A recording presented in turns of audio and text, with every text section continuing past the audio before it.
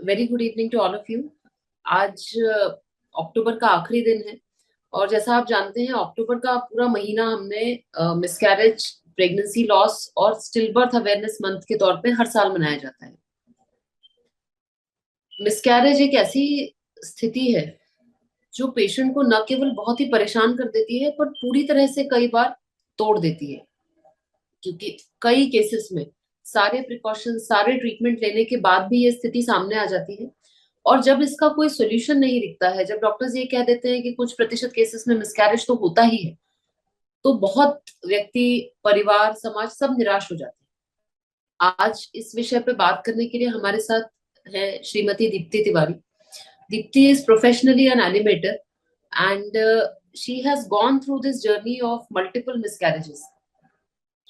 बहुत मुश्किल होता है जब हम जीवन में खुशी के मुकाम में है तब वापस जाकर और उन यादों को फिर से ताजा करना जो कि हमारे लिए बहुत पीड़ादायक थी।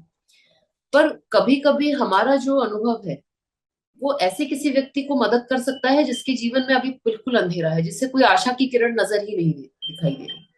तो इसलिए दीप्ति, मैं आपकी बहुत बहुत शुक्रगुजार हूँ कि आज आप आई। ये थैंक यू इतना so much ma'am. Personal topic है, इसके बारे में आपने चूज किया बात करना, और वो भी जीवन के इस पड़ाव में जब आपके पास अभी 3 बच्चे हैं। आप कितना व्यस्त रहती होंगी इसका हम अंदाजा भी नहीं लगा सकते। Thank you so much ma'am. But आप भी जानते हो ये बात कि अगर मैं अपनी यहाँ पे बातें शेयर करूं तो वाकई में कई लोगों को काफी ज्यादा हेल्प हो जाएगी।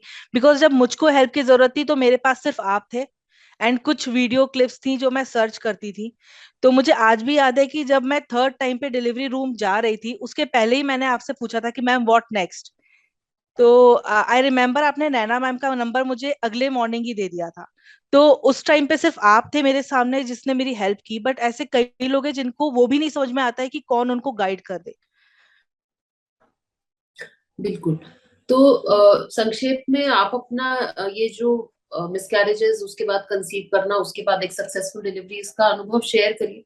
और फिर किस तरह से ये सारी पड़ाव पार करते हुए आपने अपने आप को स्ट्रांग बनाए रखा, अगला कदम उठाते रहे और आज फाइनली जो हमारा सपना था सबका वो सच हो गया है। Yes yes ma'am. तो एक्चुअली फर्स्ट जो मेरी प्रेगनेंसी थी काफी नॉर्मल थी। नेचुरली कंसीव किया तब मैं आपके पास आई थी। आई थिंक फिफ्थ मंथ तक मुझे कोई प्रॉब्लम कभी हुई ही नहीं, ना कभी वॉमिटिंग सेंसेशन, ना कभी कोई दर्द, कुछ भी नहीं। एंड सडन वाटर ब्रेक हुआ जिसका मुझे नॉलेज ही नहीं था कि क्या ही हुआ है। मुझे लगा कि एक नॉर्मल चीज है। एंड आई थिंक संडे था जब एकदम से मुझे ब्लीडिंग सी स्टार्ट हुई एंड बेबी डिलीवर हो गई थी। तो वो बेबी गर्ल थी जो मेरी फर्स्ट थी। उसके बाद अपन ने सर्कलाज की बात की कि भाई व्हाट नेक्स्ट। मैं हमेशा मैम कभी भी मैं नेगेटिव रही ही नहीं। मैं कहा ठीक है ये नहीं तो अब क्या। व्हाट नेक्स्ट हमेशा एक क्वेश्चन था मेरे मन में कि भाई ये नहीं तो ठीक है अब क्या करना है। तो सर्कलाज भी फेल हुआ, वो काफी शॉकिंग था। एंड थर्ड टाइम जब कंसीव किया उस टाइम पे आई थिंक कोविड लग गया था। तब एक ही चाह रहा था कि भाई पूरा बेड रेस्ट लिया जाए, जितने प्रिकॉशन से सब लें हम। उसके बाद भी प्रेगनेंसी फेल होना काफी ज्यादा शॉकिंग था सभी के लिए। मेरे फादर थे पूरे टाइम मेरे साथ, उन्हीं के साथ मैं शिफ्ट हो गई थी। तो वो एक चीज काफी शॉकिंग थी। तो आई रिमेम्बर मैंने उसी टाइम आपसे पूछा था कि मैम व्हाट नेक्स्ट। मैंने सर्च कर रखा था सरोगेसी के बारे में और ये सब। तब फिर हम इस डिसीजन पे आए कि चलो ठीक है भाई। एंड वो भी सक्सेसफुल रहा। तो मैम एक चीज है, सबसे पहला पॉइंट पॉइंट है कि don't blame your self. Second, आपको बेचारा बनना ही नहीं है। ना आप अपनी नजरों में बेचारा बनो, ना किसी को अलाउ करो कि वो आपको बेचारा बनाए। बिकॉज एक बार आपने अपने आप को बेचारा समझ लिया फिर आपके पास कोई चारा नहीं है सिवाय रोने के। तो आई रिमेम्बर मैं इतनी रातें रोई हूं अकेले रूम में बंद होकर। बट जैसे ही the moment I stepped out मैं स्माइल किया है मैंने। एंड ये जो पूरी जर्नी थी उसमें मैं ऑटोमेटिकली आई डोंट नो क्यों बट दूसरों के सामने इतना ज्यादा ओवर स्ट्रांग दिखाना चाह रही थी कि भाई मुझे आप कंसोल मत करो। But the moment I am alone I think I use to be the most unfortunate person अपनी नजरों में। तो वो एक चीज है कि आपको खुद का सपोर्ट करना ही पड़ता है। You have to be strong and you have to fight back. इसमें आपने कहा ब्लेमिंग योरसेल्फ, और ये एज ए डॉक्टर भी मैं बहुत देखती हूँ कि जब भी मिसकैरेज की स्थिति हो जाती है, हम जानते हैं मेडिकली इसमें कुछ केसेस में हम एक्चुअली कुछ नहीं कर सकते, पर कहीं ना कहीं ये टेंडेंसी होती है, घर वालों की भी होती है कई बार, पेशेंट की भी होती है कि मैंने ये खा लिया होगा, मैंने ज्यादा चल लिया होगा, मैंने ट्रैवल कर लिया होगा, या मैंने अपना ये ध्यान नहीं रखा होगा। क्योंकि इंसान के मन की एक ये रिफ्लेक्स रहता है कि कुछ अगर खराब हुआ है तो उसका कारण हम अपने अंदर ही ढूंढते हैं। करेक्ट। इससे कैसे बच सकते हैं? मैम एक्चुअली मैंने खुद देखा था, जब फर्स्ट प्रेगनेंसी थी तो लोग एग्जाम्पल देते थे कि दादी नानी मम्मियाँ हम लोग तो 9 महीने तक काम करते थे, इतना चिल आउट रहते थे, कभी कुछ नहीं होता था, ये आजकल के नाटक है। ठीक है भाई, जब वो चीज फेल हो गई, आई वॉज वेरी एनर्जेटिक सब कुछ, तो फिर बोला कि अरे तुम प्रिकॉशन नहीं ले रही हो, उठो धीरे से, झटके से मत उठो, चलो धीरे। तो भाई मैं ही माँ बनने वाली हूँ, तो ऑब्वियसली मुझे तो केयर है, तो कोई जानबूझ के तो कुछ करता नहीं है। तो ये एक चीज है, दोनों ही पहलू हैं, अगर आप एनर्जेटिक रहोगे तो भी प्रॉब्लम है, आप नहीं रहोगे तो भी प्रॉब्लम है, कि आजकल के नाटक। तो इसीलिए बेटर है कि भाई अपने बारे में आप सोचो, कोई भी आपकी गलती नहीं होती है। तो मैम इसमें तो मैंने एक ही चीज देखी थी, आपको खुद पे कॉन्फिडेंस रखना है। आप जो कर रहे हो आप सिर्फ अपने, आई थिंक आपका कोई एक ही रोल मॉडल होगा, उसकी सुनो, let it be your mother your father and अपने डॉक्टर की सुनो।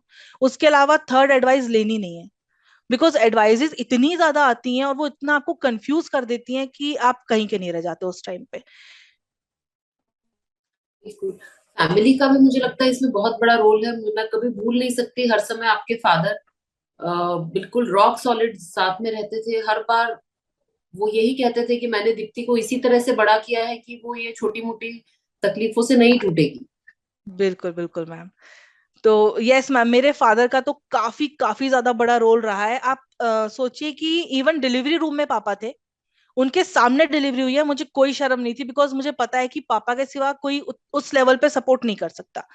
तो मैं बहुत बहुत ज्यादा क्लोज थी पापा से। And जैसे ही पापा अनफॉर्चुनेटली चले गए, तो फिर मैंने कहा भाई अब तो प्रेग्नेंट होना ही नहीं है बिकॉज अब कोई है नहीं कि अगर कुछ गलत हो गया तो उसको सपोर्ट कैसे करना है।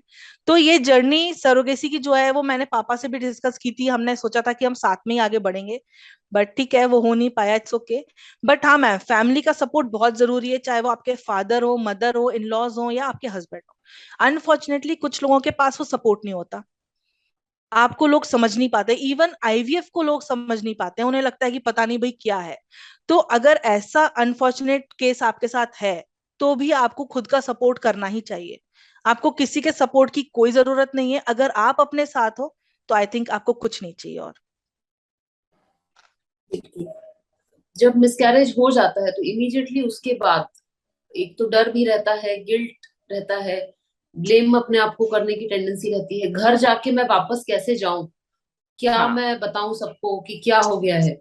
और फिर कहीं हम्म। ना कहीं वो जो ड्यू डेट रहती है, या किसी और के बच्चों को देख के कि अरे ये प्रेगनेंसी कंटिन्यू हो जाती तो ऐसा होता।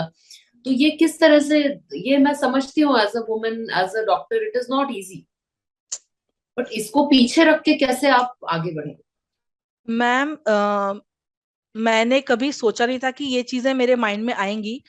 मैं बहुत ही ज्यादा चिल आउट रहती थी, ये केसेस होने के बाद भी आई यूज टू अपना पेन लिखती थी, मैं डायरी मेंटेन करती थी, मैं उसमें मैसेजेस लिखती थी कि कभी बेबीज आएंगे तो उनको ये बताऊंगी। और पेंट करती थी, मैंने एक वॉल बना रखी है सेपरेट, उसमें बेबी का नाम लिखा हुआ है, दुलार मेरी बेटी का नाम था वो लिखा है, एंड एंजल बेबीज को पेंट किया हुआ है। तो there are so many ways कि आप अपने दर्द को निकाल सकते हो बाहर, अदर देन कि भाई आप खुद ही डिप्रेस हो जाओ। बेटर है आप उसको बाहर निकालो, पहला पॉइंट। दूसरा ये है कि जो आपने बोला कि दूसरों के जब बेबीज होते हैं, तो मेरे साथ ऐसा हुआ। फर्स्ट टाइम पे मेरी फ्रेंड साथ में प्रेग्नेंट थी, उसके बाद मेरी मामी आपके साथ आपकी की पेशेंट थी, वो प्रेग्नेंट थी, तो उनके बेबीज हो गए, एंड ऐसा था कि भाई साथ में मामा भांजा समथिंग लाइक दैट वो होगा। वो एक चीज, अब उन बच्चों को ग्रो करते हुए देखना है। तो उस टाइम पे ये नहीं होता है कि हम दुखी हैं उनके लिए, बट एक वो गिल्ट मन में पता नहीं क्यों आ जाती है कि कहीं मैं कुछ गलत सोच तो नहीं रही, कहीं ऐसा तो नहीं कि मैं उनको देख के बुरा, मैं ऐसा चाह नहीं रही, I am a good human being, पर कहीं ऐसा तो नहीं कि मैं चिढ़ रही हूँ, ऐसा तो नहीं कि मैं जल रही हूँ। तो वो आपके अंदर फीलिंग नहीं होती, पर एक डर होता है कि कहीं आप गलती से भी एक बुरे इंसान की तरफ ना चल जाए, या आप नेगेटिव ना हो जाए लाइफ में। तो ये एक बड़ी अजीब चीज हुई थी मेरे साथ कि आई थिंक फर्स्ट प्रेगनेंसी के टाइम पे ही मेरा मिसकैरेज हो गया, और हेल्दी प्रेगनेंसी थी उसके बाद भी ऐसा हुआ, एंड साथ में मेरे फ्रेंड्स के बेबीज हुए। अब मैं बड़ी एक्साइटेड, मैं उसी दिन गई उनके बेबीज के लिए गिफ्ट लेकर गई, मिली, सब कुछ है, but I don't know why I started crying. मुझे इतना अजीब लग रहा था खुद में, अभी भी मेरे गूज बम्स आ रहे हैं कि मैं क्यों रो रही हूँ, मुझे पता नहीं है। वो एक कंफ्यूजन था, एक हार्ट ब्रेक था। आई डोंट नो, शायद मैं ये सोचती थी कि हमारे बेबी साथ में होते, या ये टाइम मेरे ही लिए क्यों नहीं आया। ऐसा नहीं है कि उनके लिए क्यों आया, बट मेरे लिए क्यों नहीं आया, वो एक चीज रहती है। तो आई स्टार्टेड क्राइंग अकेले बाथरूम में, and I use to think कि भाई मैं क्यों रो रही हूँ, मुझे खुश होना चाहिए उनके लिए। तो वो एक, मेरे इमोशंस गिल्ट में चेंज हो गए, गिल्ट में परिवर्तित हो गए कि भाई मुझे नहीं रोना चाहिए, दूसरे का बेबी है, मुझे खुश होना चाहिए। तो I was happy, but mean while I don't know why I was crying, and बहुत ज्यादा रो रही थी मैं। एंड ये कंटिन्यू हुआ, आई थिंक लगातार 2 साल 3 साल ये चीज होती रही। एंड मैं हर प्रेगनेंसी में फ्रेंड्स के सोच रही हूँ कि यार I am happy, but why the hell I am crying. एक नेबर थे, उनकी बेबी का मैंने वेलकम पूरा प्लान किया था। तो वो लोग दिल्ली के थे, वो यहाँ पर आए, उनकी बेबी का मैंने वेलकम किया, उसके वो पैरों के निशान लेना, बेबी गर्ल थी वो मेरी फेवरेट ऑलवेज। तो वो सब चीजें मैंने की, बट उस बेबी को हाथ में लेते ही मैं इतना रोई हूँ। उनके पास वो वीडियोस भी है आज की डेट में। तो बाद में मैं रियलाइज कर रही थी कि यार कहीं वो अदरवाइज ना लेने कि भाई हमारा बेबी घर आया, आप गोद में लेके रो क्यों रहे हो। बट वो एक मोमेंट होता है कि आप भी जीना चाहते थे। एंड बेबी गर्ल का तो हमारे घर बड़ा, मैं और मेरे पापा, हमें तो मतलब डेस्परेटली चाहिए ही थी, अभी भी नहीं मिली। तो वो एक चीज थी। तो ये एक चीज आपके अंदर होती है कि कई बार आप खुश रहते हो बट आप रोने लगते हो, शायद वही एक एंजाइटी होती होगी आपके अंदर। तो उस चीज से आपको फाइट भी करना है, बेटर रहेगा आप अकेले में रो लो एंड सबके सामने स्माइल करो, तभी शायद आप स्ट्रांग बन के बाहर आ सकते हो। पूरा इस जर्नी में बहुत सारे ऐसे पेशेंट्स होते हैं जिनके मिसकैरेजेस हैं, जिनसे हम मिलते हैं। और ये पूरे जर्नी में से जब वो निकल के उस तरफ आते हैं, कई बार मैंने देखा है कि अनचाहे में ही बहुत बिटर हो जाते हैं। कई बार डॉक्टर के प्रति, कभी हॉस्पिटल के प्रति, कभी फैमिली सास ससुर के प्रति, कभी खुद के प्रति, मतलब। पर यदि मेरी प्रैक्टिस में मैं कहूँ तो you are the only example कि जिसमें, जैसे आप पहले थे, you have with lot of effort maintained your self, your positivity, your happiness, your aura. तो जो आपका वाइब है वो कभी इन तकलीफों से चेंज नहीं हुआ। और जैसा कहते हैं, भगवान के घर देर है पर अंधेर नहीं है। यस, तो बिल्कुल आज, बिल्कुल। आज क्या है जीवन, कुछ मैम लोग जानते हैं, फॉलो करते हैं इंस्टाग्राम में तो जानते हैं। आप खुद बताइए कि आप कैसी है लाइफ। मैम मेरी लाइफ तो मतलब आई यूज टू बी स्ट्रांग। मैं पापा पे गई हूँ, मुझे ऐसा लगता है, तो मैं काफी स्ट्रांग थी। मेरा यह है कि मेरा जो भी दर्द है वो मेरा है, तो I can share my happiness with everybody. But अगर मेरे दुख दर्द की बात है तो वो मैं किसी से शेयर नहीं कर सकती, वो मैं अकेले रूम में ही शेयर करना पसंद करूंगी। इवन पापा के बाद भी मैंने आई थिंक दीपांशु को हक करके भी नहीं रोई, मम्मी को हक करके भी नहीं रोई, नहीं, दैट्स माई पेन। मैं अकेले पापा की फोटो के सामने रो लूंगी, बट वो मैं किसी और के साथ शेयर नहीं कर सकती, ये बात है। बिकॉज शायद हमारा दर्द कोई और उस लेवल पे नहीं समझ सकता जिस लेवल पे आप उसको फील कर रहे हो। तो अब तो ये टाइम है, अगर मैं सबको देखूं तो मेरी मदर काफी ज्यादा परेशान थी पापा के बाद, उनको था कि ऐसा हो गया, ये हो गया। एंड अभी वो इतनी ज्यादा बिजी है, उन्हें नींद भी आने का टाइम नहीं है। वो रोना तो वो भूल ही गई है, बट 3 बच्चों में वो लोग इतने ज्यादा लगे हुए हैं भाई कि उनको ना रोने का टाइम है, इवन ना सोने का या हैप्पी रहने का टाइम है। वो बस बिजी है सुसु पॉटी एंड फीडिंग टाइम पे। तो काफी ज्यादा चेंजेस है। एक बेबी पालना तो मुझे लग रहा है बहुत इजी है, ट्विंस भी ठीक है, पर ट्रिपलेट में आपके पास 2 हाथ हैं, जब थर्ड रोने लगे तो कोई ऑप्शन ही नहीं बचता। तो मतलब ब्यूटीफुल टाइम। बट हाँ, कभी इमोशनल भी हो जाती हूँ मैं कि ये बड़े हो जाएंगे तो कैसा लगेगा। बाकी मुझे लोग ज्यादा डराते हैं कि टीनेजर होंगे तब क्या होगा, 3 3 बेटे।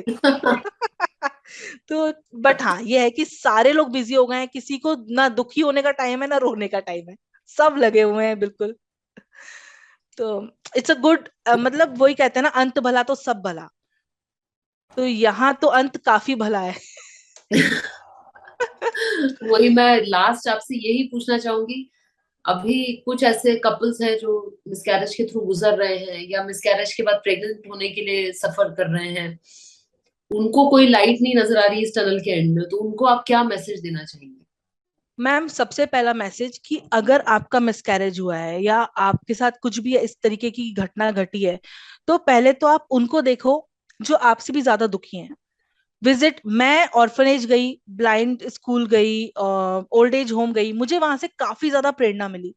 बिकॉज उनको देखकर लगता है कि यार हम फिर भी ठीक हैं।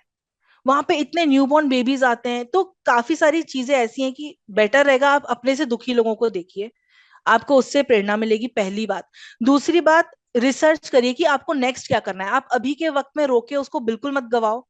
बेटर रहेगा कि आप आगे बढ़िए, आपको अब नेक्स्ट क्या करना है, आपको कंसीव कैसे करना है, अपने डॉक्टर से आप पूछिए, उनसे कंसल्ट करिए, आपके लिए क्या बेटर है। आप नेचुरली कंसीव कर सकते हो, any medication you need, any process जिसके थ्रू आपको जाना है। एंड उसके बाद बेटर रहेगा कि आप अपने आने वाले भविष्य को देखो अभी रोने के बदले।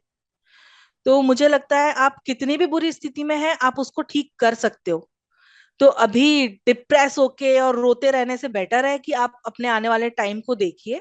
एंड एक अच्छा डॉक्टर बहुत इंपॉर्टेंट है मैम, आप बिलीव नहीं करेंगे, जो ये मेरा टफ टाइम था उसमें इवन मुझे रात में आपके सपने आए हैं, मैंने आपको मैसेज भी किया है कि मैम मैंने आपको सपने में देखा। तो वो एक शायद आपके माइंड में पॉजिटिव अप्रोच रहता है, एक एंजल रहते हैं डॉक्टर्स, और कुछ नहीं है, एंजल है। तो आप, अगर आपके पास एक अच्छा डॉक्टर है, डेफिनेटली आप इस चीज से बाहर आएंगे। तो मैंने तो आपको बहुत परेशान भी किया है, आपको इतना ड्रीम ड्रीम किया है मैंने, पूरे टाइम आपको मैसेजेस किए कि मैम मुझे मिलना है मिलना है। तो भाई मेरे लिए तो मेरा एंजल था मेरे पास, बट बेटर है अगर लोग भी उसको जल्द से जल्द ढूंढ लें और अपनी लाइफ अच्छी कर लें। बिल्कुल। बहुत मुश्किल था ये लाइव करना मेरे लिए, क्योंकि मुझे ये डर था कि मैं बात करते करते ही रो ना दूं, क्योंकि ये जो जर्नी था ये सब हम सबका जर्नी था। और बिल्कुल ओवर लास्ट 3 इयर्स एक एक पल, जो तकलीफ का था जो खुशी का था, वो हमने साथ में मिलके जिया है। अभी भी बिल्कुल। आपने एक प्रोफाइल बनाई है दीप ट्रिपलेट्स, जिसको मैं शेयर करूंगी लिंक में, जी। जिसमें हम ये बच्चों को बढ़ते हुए देखते हैं। और हाँ, रोज वाकई में जब वो फोटोज देखती हूँ तो इतनी खुशी होती है, क्योंकि कहीं ना कहीं एज डॉक्टर्स कई बार हम भी डिप्रेस हो जाते हैं। कई बार बिल्कुल पेशेंट की जब बिल्कुल। स्थिति का हमारे पास साइंस ही जहां तक नहीं है, उसका सोल्यूशन नहीं है। But your story is a hope which I will carry till the end of my life, कि थैंक यू जब सो भी मच कभी मैम। हम निराश हो जाएंगे तो हम हमेशा ये सोचेंगे कि नहीं, तब भी हमने मेहनत की थी और हमें अच्छा बिल्कुल। रिजल्ट मिला, तो अभी भी मिल रिजल्ट। सकता है। बिल्कुल बिल्कुल ma'am. So thank you so much for being with us, and God bless you and your wonderful family. And thank you all so of much us are ma'am. so thankful for you for sharing our journey, your journey, thank you. our journey, I can say. Our journey, yes ma'am, sure, definitely ma'am, it's our journey.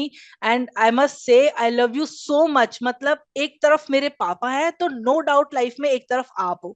तो I think इतना प्यार मैं other than family किसी से कर ही नहीं सकती जितना आपसे करती हूँ।